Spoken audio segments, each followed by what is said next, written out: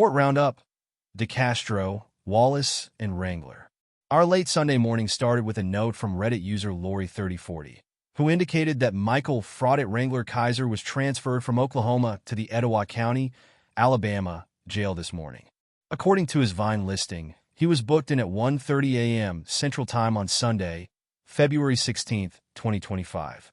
The Etowah County Sheriff's Office differs from Vine, as it claims Kiser was booked at 1:29 a.m. with charges of alias writ of arrest switch/expired tag and lists as of 11:15 a.m. Eastern Time. The YouTube star is having a bond of $255. YouTuber Floyd Wallace reportedly returned to the United States on Friday and is expected to be in Norman, Oklahoma, on Tuesday to face a single count of obstructing an officer, a misdemeanor. The crime itself is defined as any person who willfully delays or obstructs any public officer in the discharge or attempt to discharge any duty of his or her office is guilty of a misdemeanor. Nothing in this section shall preclude a person from recording the activity of law enforcement in a public area, as long as the recording activity does not delay or obstruct the law enforcement agent in his or her duties. The crime itself is a misdemeanor, punishable of up to 1 year of imprisonment and a fine of $100 to $2,000. Wallace stated that he will be accepting a 30-day jail sentence that likely will be reduced to 10 to 14 days due to overcrowding in the Norman, Oklahoma Detention Center.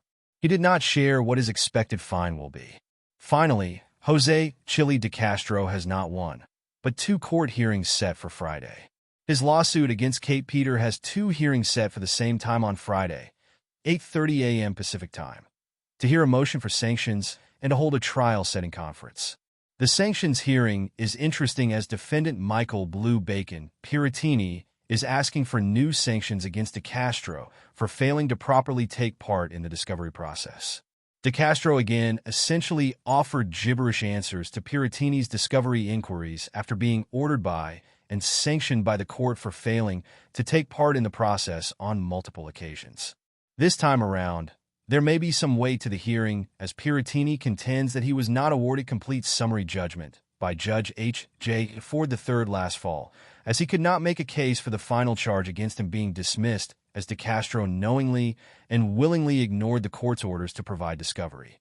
DeCastro's lawyer essentially is stating, it doesn't matter because there's only one charge left anyway in response to Piratini's lawyer's charges against his client.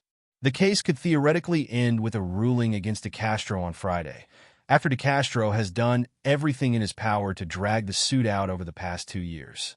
The previous jury trial date was replaced by the currently scheduled hearing and has yet to be rescheduled on the court's docket. These are all ongoing news stories.